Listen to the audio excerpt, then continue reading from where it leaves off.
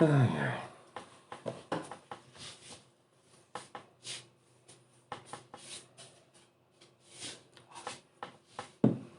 Já deu? Estamos online já. No Facebook já está online. No Instagram está online também.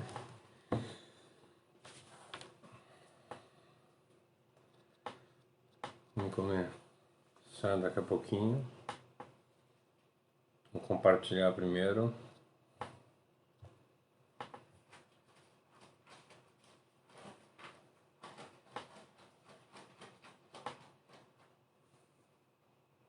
Quem vai chegando vai dando um oi aí.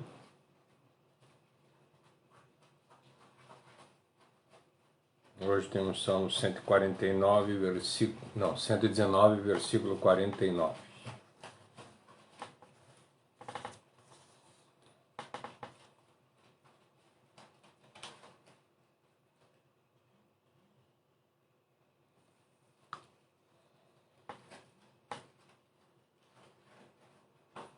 Sejam bem-vindos, quem vai chegando.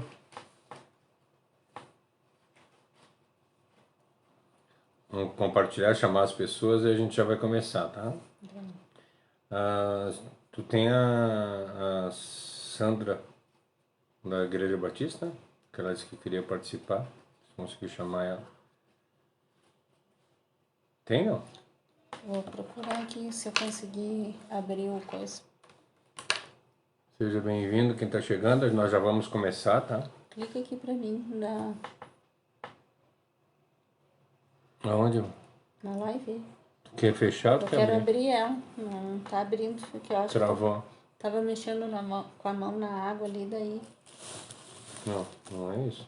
Engraçado. Sejam bem-vindos todos que estão chegando. Vamos abrir de novo.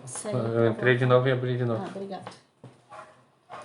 Bem-vindos aí. Probleminhas técnicos.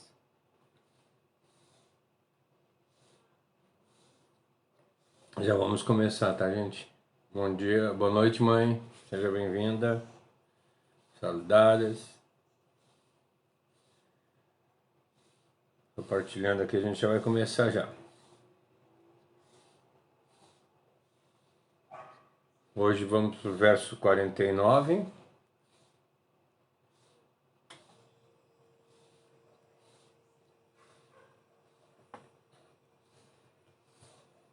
Conseguiu chamar ela? Tô procurando. Deixa eu ver se eu acho aqui. Sandra.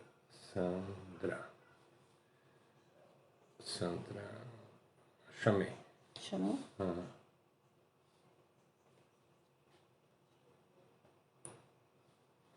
Ela pediu que quer participar junto com a gente, daí eu já chamei ela ali então. Sandra Gomes, Sandra Felipe, vou chamar também.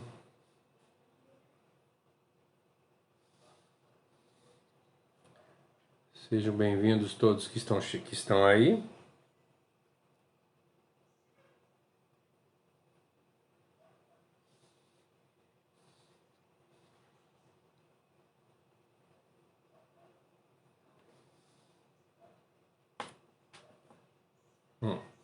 Antes você vai chamando mais uns ali e a gente vai conversando já com quem já está aí. Hoje nós vamos falar a respeito do Salmo 119, versículo 49, que é a continuação do que nós... Semana passada nós vimos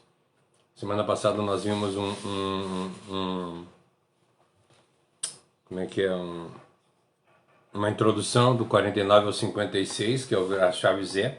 Então vamos lá, é assim, a palavra de Deus diz para nós, Salmo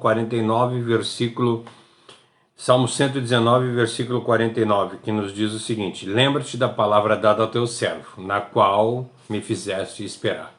Vamos fazer uma oração?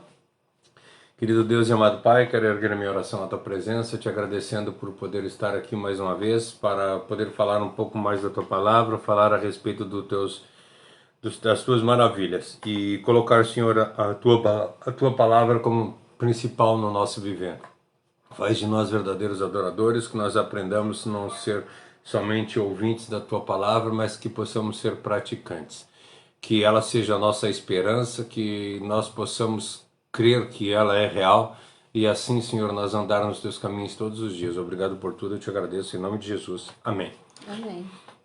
Assim, eu quero ler em algumas outras versões. Na versão fácil de ler, diz para nós assim, ó: lembre-se da promessa que fiz ao teu servo, é ela que me dá esperança. E eu gosto muito de uma versão, que é a versão O Livro. Essa versão O Livro é a versão do português de Portugal, que ela diz para nós assim, ó: lembra-se das promessas que me fizestes, porque elas são a minha única esperança. Então, o salmista aqui está dizendo que a palavra de Deus é a esperança da vida dele. Ele pede para que Deus lembre das promessas a qual ele fez, porque somente elas trazem esperança para o salmista. E quando ele diz para nós, esse verso, ele está dando origem à nova divisão dos salmos, né? A sétima, a oitava, nós estamos lendo aqui, que, como eu falei semana passada, ela é referente à letra hebraica Zain, que é a nossa letra Z, né? Também corresponde ao número 7. Então todos os versículos começam com a letra Z. Todos esses 8 versículos começam com a letra Z. Quando ele diz lembre-se da palavra, ou lembre-se das promessas, ele está dizendo que as palavras são, que a palavra de Deus é a promessa em si, e é a qual nos traz esperança, e isso traz esperança para a vida do salmista. Ela não está falando nesse momento, nessa parte do salmo aqui, ela não está trazendo na realidade nenhuma, nada especial nessa parte do salmo. A linguagem aqui é uma oração que ele faz para Deus, para que Deus não esqueça daquilo que foi prometido na palavra de Deus. Não que ele desconfie que Deus não vai cumprir as suas promessas, mas ele está clamando para que todas as coisas sejam cumpridas de acordo com o que foi escrito. Ele acreditava que toda a palavra de Deus era verdadeira e que toda a palavra seria cumprido. Mas como ele bota isso em primeiro lugar na vida dele, ele acredita que isso é real, que a expectativa dele foi criada em cima da palavra de Deus. Tudo que ele faz é em cima da palavra de Deus. A palavra de Deus é o objeto de culto dele. A palavra de Deus é a razão do viver dele. Tudo que gira na vida dele é na palavra de Deus. Ele acredita que tudo que Deus disse e até então será cumprido, e tudo vai ser cumprido porque Deus assim o faz. Então ele acredita de verdade. Ele não está pedindo para Deus assim: Senhor, não te esquece. Sabe, quando eu sou uma pessoa bastante esquecida, então quando eu saio em algum lugar, às vezes a Dilce diz para mim assim: tu vai em tal lugar, não te esquece de trazer tal coisa, porque ela sabe que eu vou esquecer. O salmista não está usando esse subterfúgio aqui. O salmista ele tem certeza que Deus não vai esquecer do que foi escrito, mas ele está usando uma linguagem de reverência para qualquer implicação ao qual para que Deus não se esqueça. Ele está usando, na realidade, como uma criança usa com propriedade e amor quando ela lembra o pai: pai, não te esquece da promessa que tu fez. Ele está lembrando, o pai não vai deixar de fazer aquela promessa, só que o filho está dizendo para ele assim: essa promessa que tu me fez, ela me traz esperança. Essa promessa que tu me fez, ela me traz alegria. Essa promessa, eu vivo por intermédio dessa promessa a qual foi feita por ti. Então é isso que o salmista está tentando dizer. Ele está dizendo: Senhor, eu criei expectativas em cima das tuas promessas, eu criei expectativa em cima da tua palavra, e é sobre essa palavra que eu quero viver o resto da minha vida. É essa expectativa que eu sei que não vai ser descumprida, mas eu vou andar de acordo com a vontade de Deus sempre. E essa expectativa das tuas promessas serão realizadas com certeza. As expectativas que foram criadas na minha mente por intermédio da palavra de Deus mostra que eu tenho confiança completa em Deus. Sabe quando a gente cria expectativa? Às vezes a gente se entristece com as pessoas que estão na nossa volta, porque na realidade nós criamos falsas expectativas das pessoas. Nós conhecemos uma pessoa, nós ensinamos alguma pessoa a respeito de alguma coisa, e quando nós estamos fazendo esse tipo de empreendendo na vida da pessoa, nós colocamos expectativas nessas pessoas. Nós queremos que as pessoas tenham crescimento, nós queremos que as pessoas vivam melhor, nós queremos que as pessoas conheçam a palavra de Deus, mas nem todas as pessoas são iguais. Tem pessoas que vão trazer uma resposta melhor, tem pessoas que vão trazer uma resposta pior a respeito daquele investimento ao qual nós estamos falando. Eu não estou falando de investimento monetário aqui, eu estou falando de investimento no reino mesmo.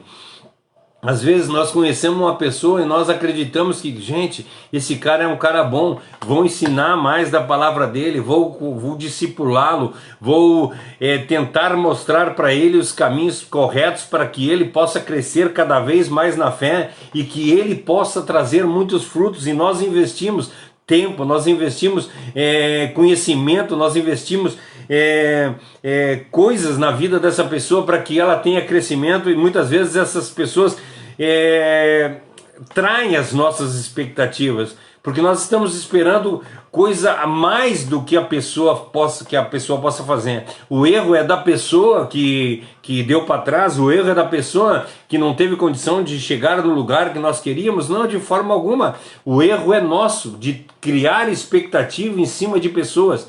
Nós não podemos criar expectativa em cima das pessoas. Nós temos que criar expectativas em cima de Deus. E é isso que essa palavra diz para nós. Essa palavra diz para nós que lembra das promessas que fizeste a mim, o teu servo. Essa promessa tem sido a minha esperança. Ou seja, a palavra de Deus tem sido a esperança. A expectativa dele é na palavra de Deus, não é em ninguém, não é em lugar nenhum. A expectativa do salmista é a respeito da palavra de Deus. E é essa forma que nós temos que viver. Nós temos que ter uma expectativa completa na palavra de Deus. A palavra de Deus tem que ser para nós a razão de nosso viver. A palavra tem que ser, como eu falei, uma criança que confia no seu pai. Eu acho engraçado, porque muitas vezes nós vemos as crianças, tu coloca a criança em cima de algum lugar e diz para a criança, pula no colo do pai, e a criança pula cegamente, porque ela confia que o pai vai segurar. Ela tem plena confiança no pai, e é dessa forma que nós temos que agir com Deus. Nós temos que ter confiança plena em Deus, e o salmista está dizendo isso agora. Eu creio na tua palavra e nela eu deposito a minha esperança. A minha esperança está na palavra de Deus, a minha esperança está nas coisas que tu falou, a minha esperança está naquilo que foi escrito nos livros. Toda a esperança que eu tenho foi estimulada pela tua palavra, ou seja, tudo que eu tenho dentro de mim é expectativa de viver uma vida melhor na tua presença. Todas as minhas expectativas são de acordo com as tuas promessas. Eu leio a tua palavra, confio a tua palavra e dedico a minha vida nela. A minha esperança está somente em ti. A minha esperança está na palavra de Deus. Não existe para mim outra fonte de esperança. E não existe na realidade outra esperança que não seja a palavra de Deus. É isso que o salmista está dizendo aqui. Ele está dizendo que a esperança dele é completa na palavra de Deus. E será que isso tem sido para nós também? Será que nós temos crido que a palavra de Deus é a esperança da nossa vida? Que a palavra de Deus é a realidade na nossa vida? Ou nós temos colocado qualquer outro tipo de coisa na vida da gente a ponto de fazer? Gente, eu fui olhar aqui uma palavra e virei a câmera. Deixa eu tentar desvirar aqui. Ah, virei, apareceu de novo, apareceu lá o potinho lá, que eu nem sei, é um potinho de lactase, estava mostrando o potinho de lactase do Leonel. Alguém falou alguma coisa ali, fui tentar ler e no fim toquei na câmera. Demétrio disse verdade, cremos que está escrito, e levarmos como está escrito para as pessoas que são crianças na fé, para não caírem em heresia. Nós temos que ensinar, ou melhor, em primeiro lugar, como o salmista diz aqui, eu achei nos versículos anteriores que nós lemos, e ele diz que até na presença ele não se envergonha, até na presença de reis ele fala, e a palavra é o sentido maior da vida dele, e tudo gira em torno da palavra, e aqui ele está dizendo que a palavra, não te esqueça das tuas promessas, porque a tua palavra tem sido a minha esperança, ou seja, Senhor, eu acredito na tua palavra e sei que ela é verdade e ela me traz esperança. Tudo que eu faço é fundamentado nessa palavra. A palavra de Deus é o único fundamento da minha vida. A palavra de Deus é a esperança da minha vida. É a esperança não só para a minha vida, mas ela tem que ser esperança para todas as pessoas. Ou seja, é isso que nós temos que fazer. Nós temos que levar a palavra de Deus, ou melhor, nós temos que deixar que a palavra, além da palavra de Deus ser a nossa razão e a nossa esperança, nós temos que levar para as pessoas isso. Nós temos que mostrar para as pessoas que a nossa esperança está em Cristo. A nossa esperança está em Deus, a nossa esperança está na palavra de Deus e mais nada. Não é na política a nossa esperança, não é no nosso trabalho a nossa esperança, não é na nossa força braçal que a nossa esperança, ou no nosso salário no final do mês, ou em médicos que vão trazer a saúde, ou qualquer outra coisa. A nossa esperança não está nisso, a nossa esperança está em Deus.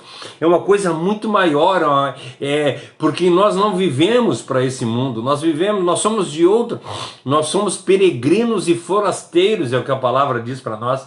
Então, nós não estamos vivendo a nossa vida, nós não estamos vivendo a nossa vida em esperança mundana, nós não estamos vivendo a nossa vida esperando pelos nossos bois. A palavra de Deus diz para nós em Provérbios que os cavalos guerreiam, mas a nossa esperança está em Deus. Nossa esperança não está no poder do cavalo, a nossa esperança não está no governo, a nossa esperança não está na nossa empresa, a nossa esperança não está no nosso salário, a nossa esperança não está no nosso cônjuge ou nos nossos filhos. Nossa esperança está completamente em Deus. A palavra de Deus é o único fundamento de esperança para nós, e nós temos que passar isso para as outras pessoas. Quando as nossas esperanças são justamente baseadas nisso, na palavra de Deus, nós temos o direito de apelar para que Deus torne isso o bem para nós. Em Romanos 8:28 diz que todas as coisas contribuem para o bem daqueles que amam a Deus e andam conforme os seus preceitos. Ou seja, todas as coisas que acontecem na minha vida acontecem para o meu bem, quer sejam coisas boas, quer sejam coisas ruins, são coisas que cooperam para o bem, para que as coisas aconteçam o melhor para mim.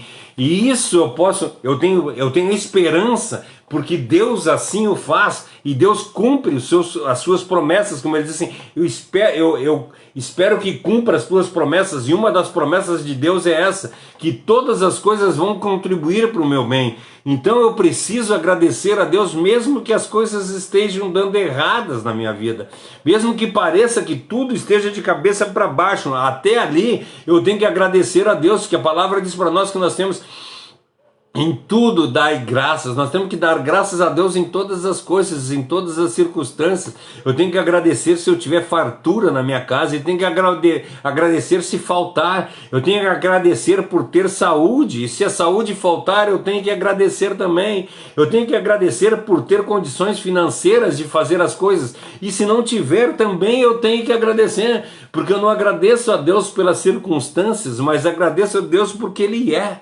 É isso que nós temos que crer. Deus é. Isso eu acho maravilhoso nessa passagem, quando Moisés pergunta para Deus, Senhor, eles estão perguntando quem tu és e o que é que eu digo. E aí Deus diz para eles assim, diga que eu sou. Cristo é, Deus é, e é isso que traz conforto e consolo para o nosso coração, é isso que traz esperança para a nossa mente. Por isso que o salmista diz assim: eu confio nas tuas promessas e nelas eu tenho esperança. A minha esperança está em Deus. A palavra de Deus é o conforto na hora da aflição. A palavra de Deus é a alegria na hora da alegria. A palavra de Deus é o fundamento da minha vida.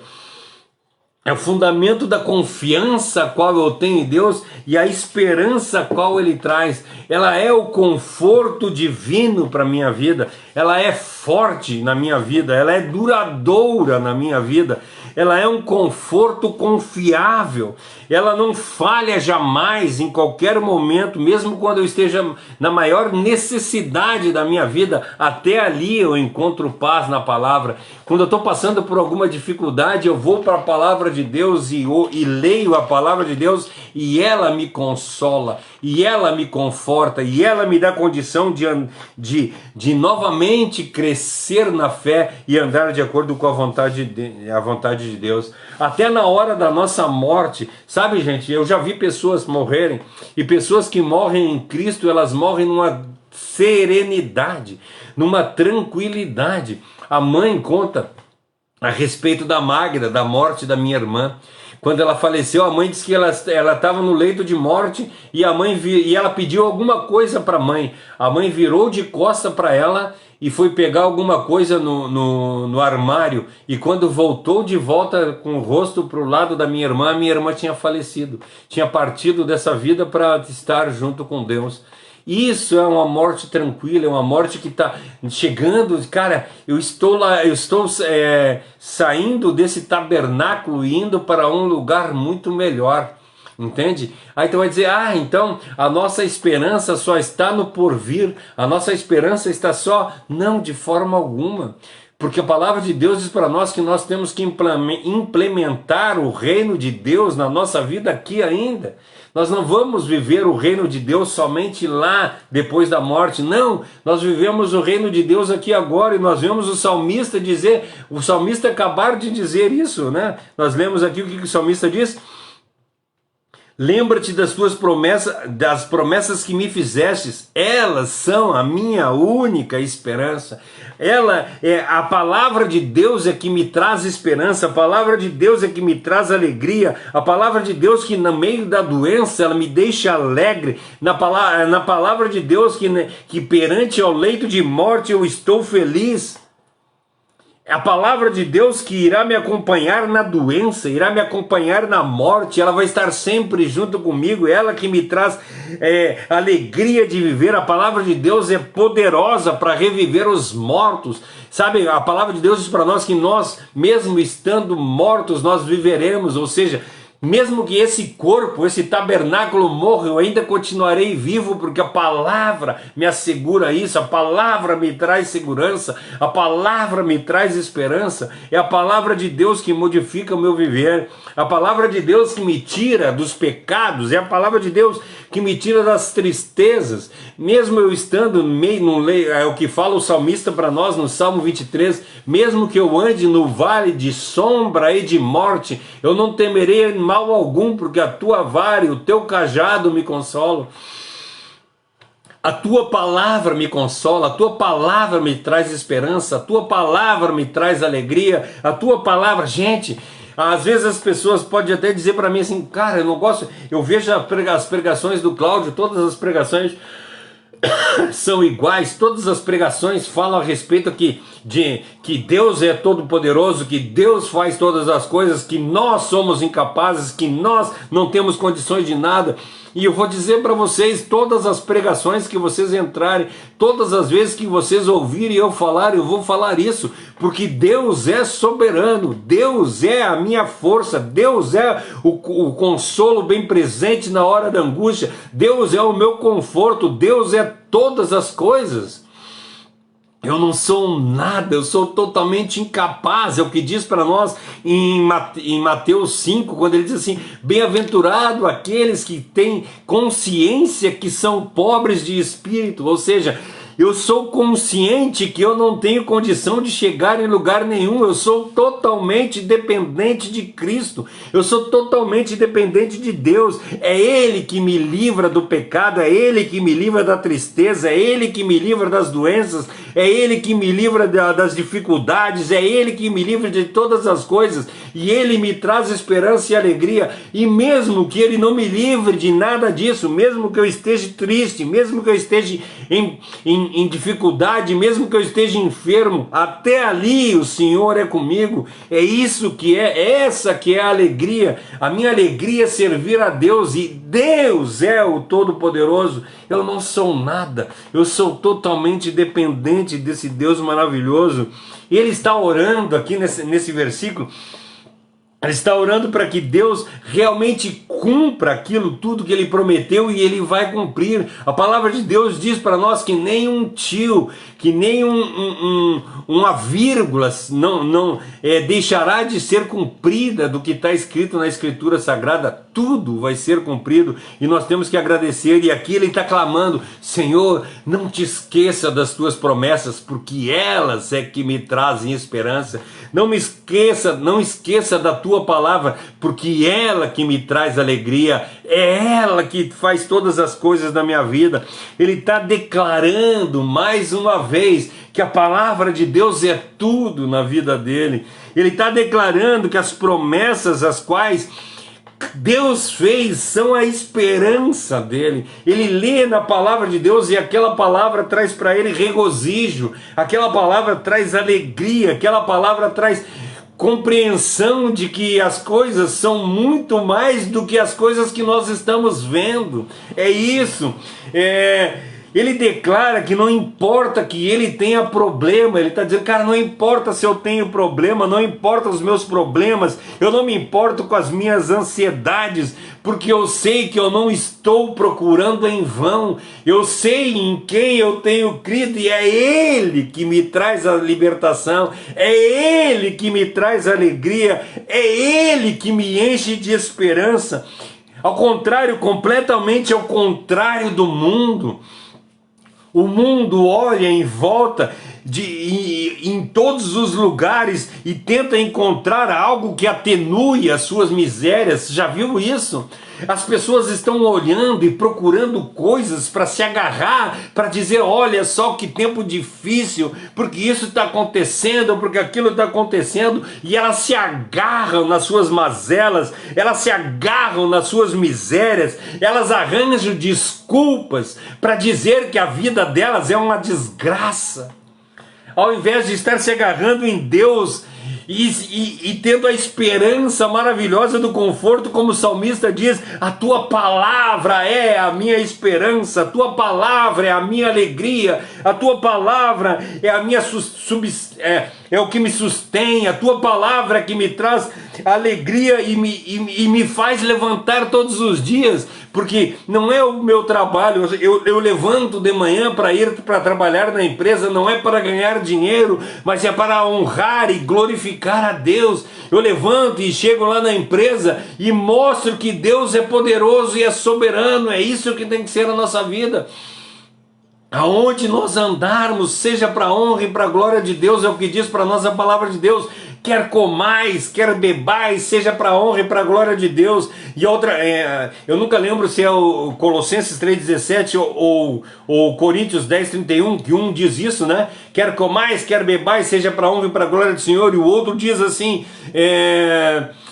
seja no falar, seja no agir, seja no andar, que tudo seja para a honra e para a glória de Deus. Então tudo que nós fizermos tem que ser para a honra e para a glória de Deus. Nós temos que esquecer o que a palavra de Deus, o que as pessoas, o sofrimento das pessoas, ou o nosso sofrimento, e nós temos que viver a palavra de Deus de verdade. O Demetrios, eu acho que escreveu alguma coisa ali, 2 Coríntios capítulo 1. Tu terminar de concluir aí. Ele diz: conhecereis a verdade e ela vos libertará. A soberania é de Deus. Depois ele disse, 2 Coríntios capítulo 1, o apóstolo Paulo fala: já tínhamos a sentença de morte, mas isso para que não confiassem em nós e sim em Deus, que tem poder para ressuscitar os mortos. A sentença de morte nós temos de graça, né? Nós recebemos ela desde o ventre da nossa mãe. Davi já diz isso. Em pecado fui concebido. Então a sentença de morte já tem. Mas daí quando nós chegamos lá em Romanos 7 fala para nós assim, ó, o mal que eu não quero fazer, esse eu faço, e o bem que eu não quero fazer, eu não faço. Então, se eu não faço mal, se eu não faço o bem que eu quero, mas eu faço o mal que eu não quero, já não sou mais eu quem faz, mas é o pecado que habita em mim. Quem me livrará do corpo dessa morte? Eu não tenho como me livrar, porque o corpo da morte está grudado em mim. Quando ele está falando desse negócio do corpo da morte, é que nós temos que entender a exegese, nós temos que entender a hermenêutica e a historicidade da coisa. Lá naquele tempo, há muito tempos atrás, quando eles pegavam, esse é uma das mortes mais terríveis que existia, é um tratamento mais terrível que existia. Eles pegavam um cadáver, uma pessoa morta, e amarravam, eles arrancavam o couro, a pele da pessoa, e pegavam o defunto e grudavam o defunto na pessoa viva e amarravam a pessoa, e a pessoa ficava grudada no defunto, e ali a morte vinha tomando conta da pessoa que estava viva, e ela morria pela morte do outro. Ou seja, quando ele está dizendo quem me livrará do corpo dessa morte, ele está se referindo a esse tipo de morte. Então, dizer, cara, o pecado habita em mim, então quando eu faço mal, não sou eu quem faço, mas é o pecado que está em mim que está fazendo esse pecado. Aí ele diz para nós, quando ele chega em Romanos 8, no versículo 1, ele diz: mas não há nenhuma condenação para aqueles que estão em Cristo. Nós fomos livres, nós fomos libertos do pecado dessa morte, nós fomos libertos quem me livrará do corpo dessa morte? Cristo me livrará do corpo dessa morte. Quem vai me tirar do desejo do pecado é Cristo. Então o pecado que habita em mim já não habita mais, porque eu já não vivo, mas já não vive mais eu, mas Cristo vive em mim. E mais uma vez nós estamos dizendo: toda honra e toda glória é a Ele, não a mim. Por isso que eu falei no domingo, nós não temos que tentar ensinar as pessoas a serem pessoas melhores. Não! O cristão não tem que ensinar as pessoas a serem melhores, o cristão tem que ensinar as pessoas a serem discípulos de Cristo. Nós temos que mostrar que as pessoas têm que ser como Cristo é. É isso que nós temos que pregar para as pessoas. Nós não temos que pregar que elas têm que ser pessoas melhores. Nós não temos que pregar que elas têm que se livrar do pecado. Não! Nós temos que ensinar para elas que Cristo é a salvação e Cristo vai fazer isso. Deixa Cristo fazer. Faça somente a tua parte. Fale do amor de Cristo. Tu não tem que tentar transformar pessoas. Tu não tem que tentar mudar a vida das pessoas. Não, isso é do Espírito Santo. Nós só temos que falar da palavra de Deus pura e cristalina. Isso que eu estou fazendo aqui, falar da glória de Deus, falar das maravilhas que Deus é, não das maravilhas que Deus faz, porque isso pouco importa. Não é os milagres de Deus que me transformam, não é os milagres de Deus que fazem eu uma pessoa melhor, mas é a glória de Deus, o reconhecimento que Deus é o meu Deus que vai transformar. É quando eu creio que Deus é poderoso para fazer infinitamente mais. Não é os sinais e maravilhas que vão mudar o meu viver, mas é Deus que vai mudar o meu viver. Nós vemos isso em João 6, que eu canso de dizer. As pessoas pedem lá e dizem: faça sinais, faça maravilhas. Faça os sinais e maravilhas, para que nós possamos ver que tu é como Moisés. E ele diz: não é sinais e maravilhas, mas quem não comer da minha carne, quem não beber do meu sangue, não é digno e não vai conhecer o reino de Deus. E nós temos que fazer isso, nós temos que abrir mão da nossa vida para fazer a vontade de Deus. Tem mais alguma coisa aqui? A Josi diz: acabamos confundindo. Queremos converter as pessoas, mas isso não cabe a nós. Isso não cabe. Não cabe a nós querer converter as pessoas. Cabe a nós falar a palavra de Deus pura e cristalina. Nós temos que falar para as pessoas que Deus é Deus. Nós temos que glorificar a esse ser maravilhoso. Nós temos que tudo, quer comais, quer bebais, quer andais, quer... Cara, abre a tua boca para glorificar a Deus, anda para glorificar a Deus, te movimenta para glorificar a Deus, abre os teus olhos para glorificar a Deus, ouve coisas que glorifiquem a Deus, faça tudo para a honra e para a glória de Deus. É isso que nós temos que fazer, e Deus vai ser glorificado por intermédio da nossa vida, porque nós fazemos com que as pessoas vejam Deus na nossa vida quando a gente começa a glorificar a Deus. O problema, sabe o que nós queremos? Nós queremos reconhecimento. Nós queremos ser bons pregadores para que as pessoas possam dizer, nossa, olha só, sabe o que uma vez me convidaram? Eles disseram para mim assim, eu quero que o senhor, se tem como o senhor vir um dia aqui na nossa igreja, né, sexta, sábado, domingo, vai estar aqui o príncipe dos pregadores. Eu disse, cara, sinceramente eu quero dizer para ti, tu acabou de me tirar da igreja, porque eu não vou. Se eu vou lá para admirar um homem que é o príncipe dos pregadores, eu sei que nós temos aqui, foi considerado, né, o príncipe dos pregadores, o Spurgeon, né? Spurgeon é considerado o príncipe dos pregadores, porque foi o cara que pregou e fez tudo que fez. Mas eu tenho certeza que ele não queria esse título. O que ele queria era salvar vidas. Ele queria que as pessoas reconhecessem Cristo como seu único e suficiente Salvador. O problema é quando nós queremos levar o Evangelho para as pessoas para ser reconhecido. Não é, sabe? Quando eu faço essas lives, quando eu estou falando a respeito da Palavra de Deus, eu não estou nem preocupado que as pessoas... Eu não quero que tenha 1000 pessoas. É lógico que se tiver 1000 pessoas é melhor. Ou que nem esse tem um rapaz aí que tem... está próximo ao reino de Deus, te arrepende, ô louco, essa noite eu vou pedir a tua alma. Voltou. Eu dei uma esperada, eu dei uma parada, tá, gente? Não. Eu dei uma parada. Não sei se eu acho que de repente o pessoal saiu. Não, voltaram todo mundo. Voltou? Eu dei uma esperada, tá? Eu parei de falar, que eu vi que deu uma trancada no vídeo aqui. Então, assim, a gente vê infelizmente que as pessoas estão mais preocupadas. É que eu falei do rapaz lá que tava de repente não é para falar mal do outro lá que o cara tá, sabe, o Iago Martins diz que infelizmente ao invés dele estar pregando o evangelho de Deus, ele está anestesiando as pessoas para ir para o inferno. Quando tu tá pregando autoestima, quando tu tá pregando autoconhecimento, autoafirmação para as pessoas, tu não tá pregando o Evangelho de Deus. O Evangelho de Deus diz para nós que o único refúgio que nós temos é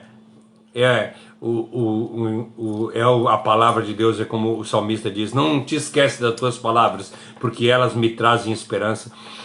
Nós vemos no Salmo 91 que ele diz que o Senhor é o meu refúgio, o Senhor é minha rocha, o meu refúgio, o socorro bem presente na hora da angústia. É isso que a palavra de Deus, é isso que nós temos que ver. Sabe, quando todos os refúgios falham, eu encontro a plenitude em Deus, eu encontro a perfeição em Deus. O profeta afirma que em tempo de aflição, os fiéis experimentam a animação na palavra de Deus, eles se alegram na palavra de Deus, eles se inspiram na palavra de Deus. Se nós meditarmos cuidadosamente na palavra de Deus, nós veremos que mesmo em meia morte nós encontraremos paz, mesmo em meia dificuldade nós encontraremos paz. Não existe tristeza tão pesada que possa nos tirar da presença de Deus. A palavra de Deus é o remédio para todas as nossas dificuldades e todos os nossos problemas. Por isso que ele diz, lembra-te da palavra dada ao teu servo. Ele está indagando, ele não está indagando sobre uma nova promessa. Sabe que às vezes eu vejo pessoas aí querendo revelações, querendo sinais dentro de igreja, pastores em cima do púlpito dizendo, Deus me revelou tal coisa, Deus me isso e aquilo, sabe?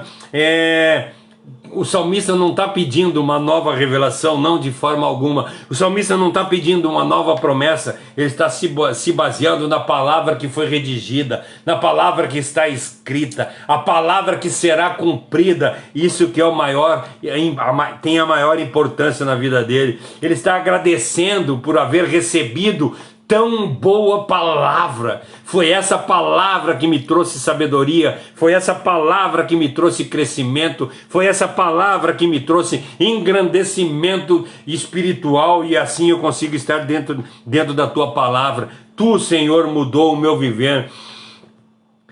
Eu te suplico, Senhor, me faça com que eu coloque em prática essa tua palavra e que, na minha vida, e que eu viva conforme ela diz para eu viver. Ele não diz em momento algum dizendo assim: Senhor, lembra-te dos serviços aos quais eu tenho prestado para ti. Senhor, olha pelas coisas que eu tenho feito, olha as famílias que eu tenho ajudado, olha, Senhor, as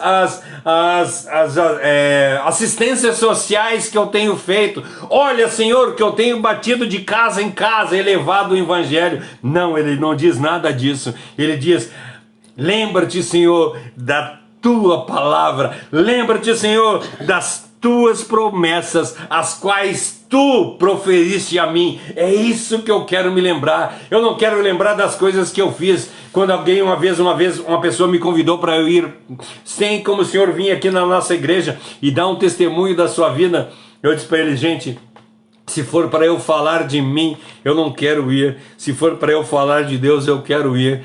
Porque é esse Deus que é maravilhoso. Vocês acham que eu tenho alguma coisa de boa minha para falar para vocês? Eu não tenho. Se eu contar para vocês as coisas que eu fiz, vocês vão se entristecer e eu vou me entristecer. Eu tenho nojo de mim. Quando eu olho para o meu passado, eu vou estar falando das porcarias que eu fiz, eu vou estar falando das abominações que eu fiz. Não, de forma alguma. Isso me traz asco, isso me traz nojo, me traz vontade de vomitar aquelas coisas que eu fiz. Eu não quero falar de mim, eu quero falar das maravilhas que Deus fez, eu quero falar das maravilhas da palavra de Deus, eu quero falar e dizer como o salmista diz assim: lembra-te das tuas promessas, porque elas me trazem esperança, elas são a maior preciosidade da minha vida. Nós vamos chegar um pouco mais adiante no Salmo 119, diz que a tua palavra para mim é mais doce do que o mel, a tua palavra para mim é muito mais importante que todo o dinheiro do mundo. Quando nós conseguirmos entender que isso é verdade, aí nós vamos conseguir falar como o salmista fala aqui nesse versículo. Geralmente as pessoas não se agradam, as palavras do Senhor geralmente não trazem alegria para os servos, porque geralmente são palavras de chamar a atenção, né? Chamar a atenção a respeito das falhas da gente, ou do nosso trabalho que não foi bem feito, né? Eu estou falando dos escravos, né? Quando o senhor vai lá conversar com o escravo, geralmente ele vai lá reclamar do serviço, de alguma coisa que ele fez. E quando nós vemos na palavra de Deus aqui, o salmista está dizendo assim: a tua palavra me traz conforto, a tua palavra traz ordem para a minha vida. Eu quero que as tuas palavras se cumpram no meu viver. Mas seria fácil demais, né? Eu sou cristã, eu leio a palavra, eu sigo a palavra, e aí eu não tenho problema nenhum, eu tenho uma vida financeira boa, eu tenho uma família bem estabilizada, e é fácil demais. Aí todo mundo ia querer ser cristão se fosse isso, para ter né? uma vida assim. Mas a palavra mesmo diz que mesmo aqui no mundo nós teríamos problemas, dificuldades, mas que a nossa vida seria plena lá no céu, não aqui na terra, né? A nossa promessa é para lá. A nossa promessa é para lá. Eu falei a semana passada a respeito disso, né? Que Deus, quem promete bênçãos materiais para nós não é Deus, não. Quem promete bênçãos materiais para nós é Satanás. Satanás é que lá no deserto lá ofereceu para Cristo, né? Tá vendo essas terras todas eu te dou, se tu de joelhos me adorares. Ele disse: não é isso. Eu só a Deus, eu sirvo somente a Deus. Aí, é isso que nós temos que servir. E aí a gente vê assim, ó, Satanás ofereceu tudo que Jesus enxergava lá do alto do monte. E agora Satanás oferece ali uma coisinha a gente está de se nada vendendo ali, baratinho, estão se baratinho. vendendo por nada. Então, gente, eu quero que vocês entendam que nós servimos não é um Senhor ruim, um Senhor que cobra os nossos erros, mas é um Senhor bondoso, é um Senhor que as suas palavras não caem no chão, as suas palavras são de valor, as suas palavras são cumpridas, como o salmista diz, lembra-te da tua palavra, e ele se lembra de uma por uma e vai fazer todas se cumprir. Ao visto que o Senhor é tão bondoso que se lembra da sua palavra e faz com que ela seja real na vida da gente. E ele mostra que a palavra, mesmo que a palavra dele sendo uma palavra de ordem, ele derramou sobre nós a graça para que nós possamos obedecer. Gente, sinceramente, nós não conseguiríamos humanamente obedecer a palavra de Deus, porque, como eu falei para vocês a respeito de Romanos 7, né? O bem que eu quero fazer eu não consigo fazer, mas o mal que eu não faço, o mal que eu não quero fazer, esse eu faço. Quem vai me livrar do corpo dessa morte? Ou seja, eu sou cheio disso. E ele nos dá condição, ele nos dá a ordem, nos dá a condição, nos dá a graça para que nós possamos cumprir toda essa palavra. Ele traz à nossa memória as coisas dele, ele traz na nossa memória a promessa dele, e ele consola e conforta o nosso coração. Deus é poderoso demais, Deus é bondoso demais. A palavra de Deus, imagina, gente, a palavra de Deus dirigida aos seus servos é preciosa. É isso que eu quero que vocês entendam. Lá no Velho Testamento, ele dirigiu a palavra dele para os servos dele, e essa palavra era maravilhosa e era preciosa. E aí no Novo Testamento ele diz assim, ó: todos aqueles que crerem no meu nome, dar-lhe-ei o poder de se tornarem filhos de Deus. Se ele foi bondoso e deu uma palavra, uma promessa preciosa para os servos, quem dirá agora que nós nos tornamos filhos, gente? Nós somos herdeiros de Deus, co-herdeiros de Cristo. O salmista não tem medo que Deus tenha esquecido das suas promessas, quando ele diz, lembra-te das tuas promessas, mas ele está fazendo uso de uma reivindicação, ele está usando argumentos que os homens podem usar. Sabe que nós fizemos isso quando a gente conversa com alguém, a gente diz, lembra-te. Sabe quando a gente fez alguma coisa errada para alguém, quando o filho faz alguma coisa errada, ele chega para o pai e diz assim, pai, o que é assim? Lembra que tu é um cara bondoso, lembra que tu é um cara perdoador. E é isso que ele está falando. Sabe o que eu vejo quando Davi está clamando aqui, diz assim, lembra-te, Senhor, da tua palavra. Ele está dizendo, quando a gente vê que ele está usando a escritura num sentido terno. Deus, quando ele fala a respeito de lembrar, ele está falando no sentido terno. Nós estamos olhando, olha, quando o salmista lê, o salmista diz assim, Senhor, lembra-te de Davi nas suas aflições. Te lembra, Senhor, do rei Davi, quando ele tiver em aflição. Nós vemos a oração de Jó, quando Jó diz assim, Jó orou para pedir que Deus se lembrasse dele. Isso é maravilhoso. E nós vemos na oração lá do ladrão da cruz, o que o ladrão da cruz diz? Lembra-se de mim quando tu entrar no teu reino. É isso que ele quer falar aqui. Essas são as palavras essenciais desse versículo. Ele diz, lembra das promessas que tu fizeste a esse teu servo. Lembra-te de mim, Senhor. Ele está dizendo, Senhor, eu quero que todas as tuas promessas se concretizem na minha vida. Eu quero que tudo que tu prometeu seja real na minha vida. Não é, sabe quando a gente olha para a vida dos outros e parece que a vida dos outros dá tudo certo e na nossa está dando tudo errado? Será que Deus não está olhando por mim? Não, não existe essa probabilidade. É o que eu disse para vocês. Quando coisas estão acontecendo na vida da gente, é para que para o melhor aconteça na vida da gente. Não existe a probabilidade de nós estar sendo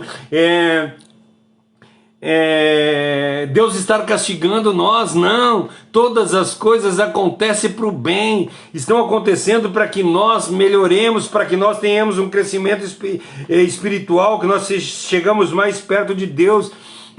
Nenhuma promessa de Deus vai cair por terra. Todas elas serão cumpridas. E todas elas serão cumpridas na vida de todo crente, não é só de um crente. E aí ele termina o versículo dizendo: na qual me fizeste esperar. Lembra-te das tuas promessas, na qual tu me fizeste esperar. Esse argumento consiste que Deus nos dá graça para quando nós esperamos. Ele jamais, quando Ele dá a graça de nós esperar, Ele jamais vai desapontar a nós nessa espera. Toda a espera que Deus coloca na vida da gente, ela tem um motivo.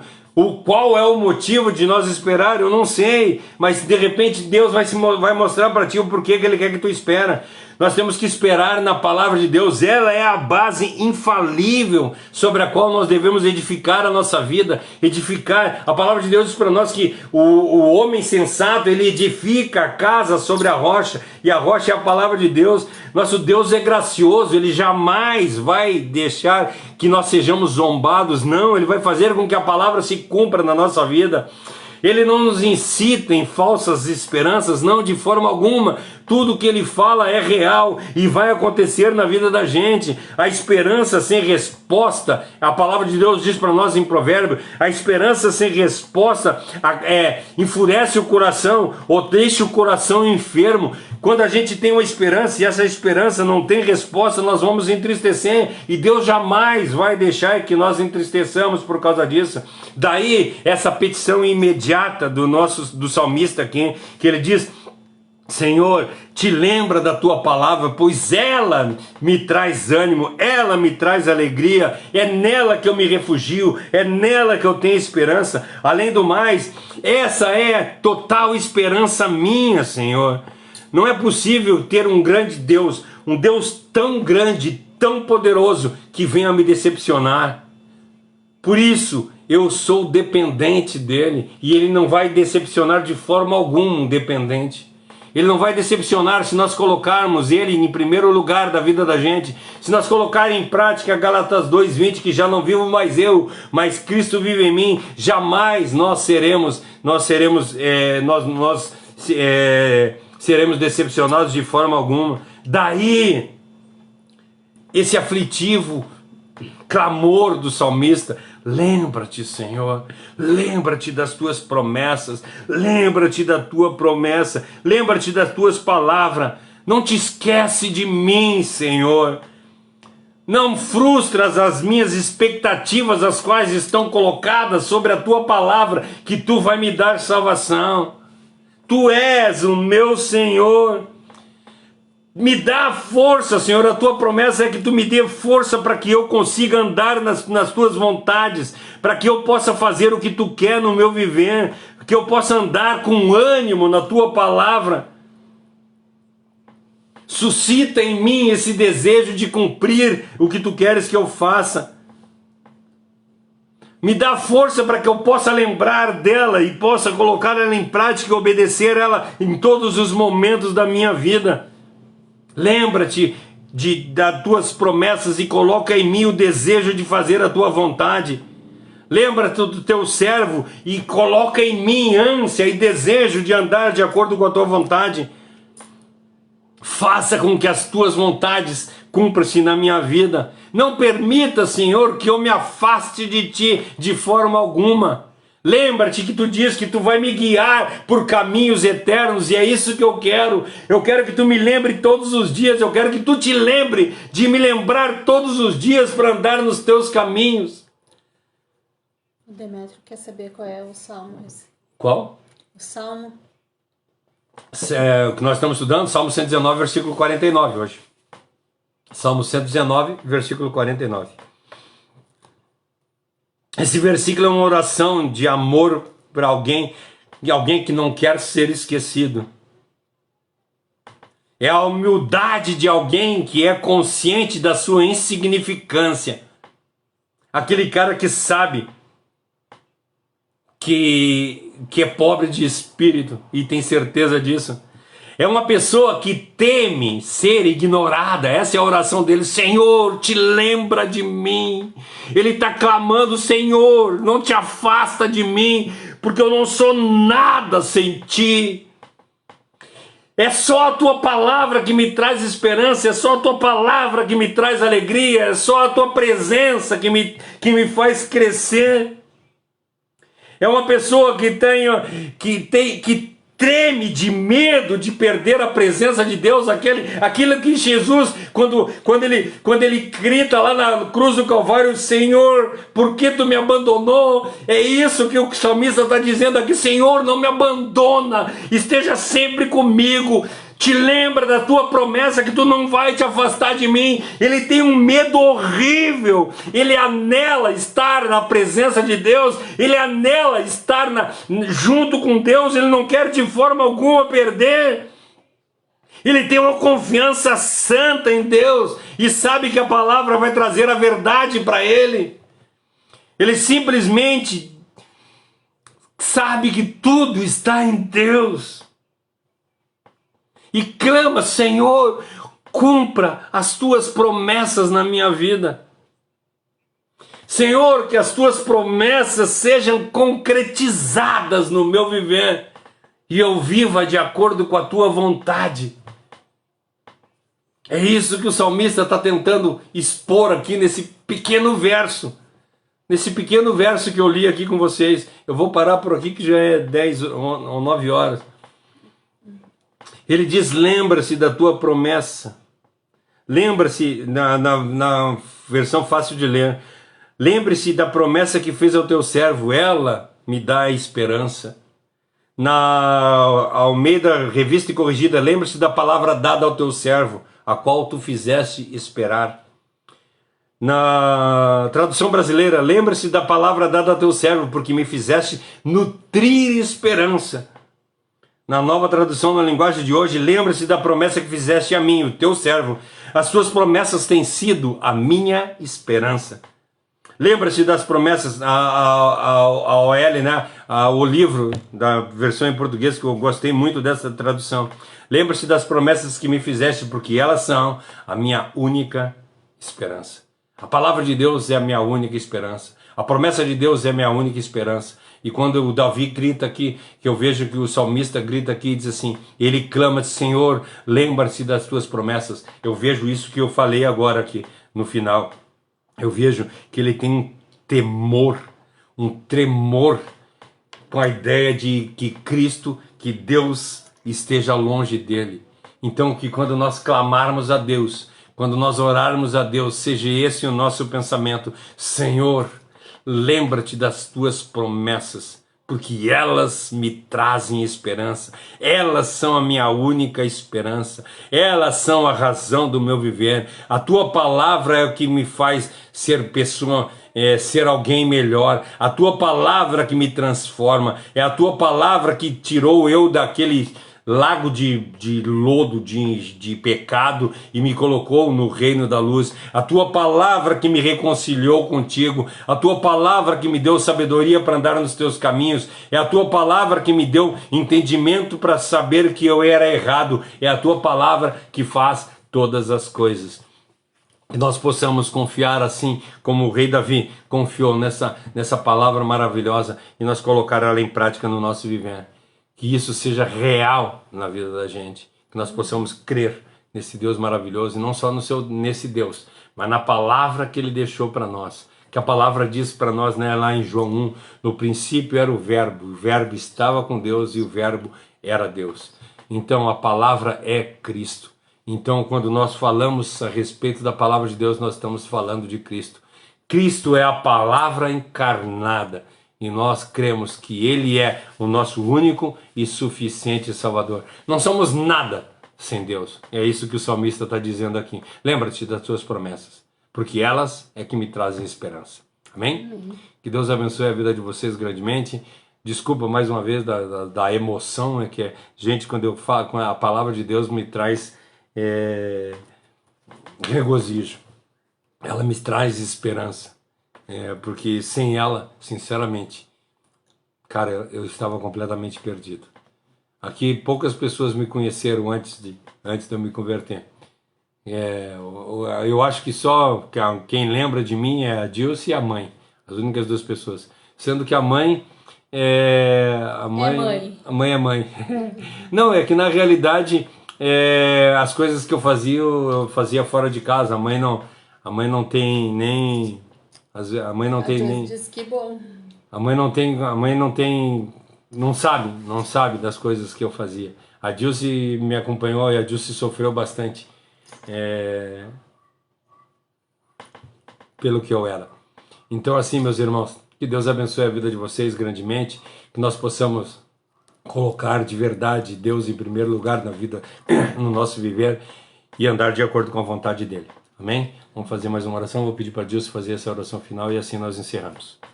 Querido Deus e amado Pai, nós estamos aqui, Senhor, te entregando este momento que tivemos, Pai, para aprender mais da Tua Palavra, para conhecer mais de Ti, Senhor, para aprender mais de como viver na Tua presença, Senhor. Nós te agradecemos porque Tu tens nos dado a oportunidade de sermos pessoas melhores, Pai. Nós te agradecemos pela vida do nosso pastor que tem se dedicado a aprender para passar para nós aquilo que Tu tens colocado no coração dele, Pai. Continua abençoando a vida dele, continua abençoando a família, o lar dele, Pai. E de todos que estiveram assistindo essa live nessa noite, Pai. Que nós possamos ser luz nesse mundo, que nós possamos ser aquele grão de areia que faz a diferença na vida das pessoas, Pai. Que Tu nos use e que Tu nos faça, Senhor, um casal que serve a Tua palavra e que leva a Tua palavra a quem precisa ouvir, Pai. Que Tu nos use e nos faça crescer cada vez mais diante daquilo que Tu tens proposto para a nossa vida. Eu te agradeço, Pai, por ter escolhido o Cláudio para ser meu parceiro, para ser meu companheiro, Pai. Eu, se tivesse que escolher hoje, não trocaria, Pai. Porque ele tem sido meu ajudador, ele tem sido o meu companheiro, ele tem sido, Senhor, aquele que tem me ensinado tudo que eu tenho aprendido da Tua palavra, eu aprendi com ele, Pai. Então eu te agradeço pela vida dele, eu te agradeço pela paciência que ele tem tido comigo, por me ensinar e por me mostrar o Teu caminho, Pai. Eu te agradeço por tudo nessa noite e na minha vida e na minha família, em nome de Jesus. Amém. Amém. Fique na paz, que Deus abençoe. Domingo às 19h30 nós estamos aqui novamente para falar para terminar o estudo que nós estamos fazendo a respeito da reforma, né? E aí no domingo agora nós vamos chegar no justo viverá pela fé, como está escrito lá em Abacuque, né? E nós vamos falar a respeito de viver de fé. Então que Deus abençoe a vida de vocês grandemente. Até domingo às 19h30. Fique na paz e que Deus abençoe a vida de vocês.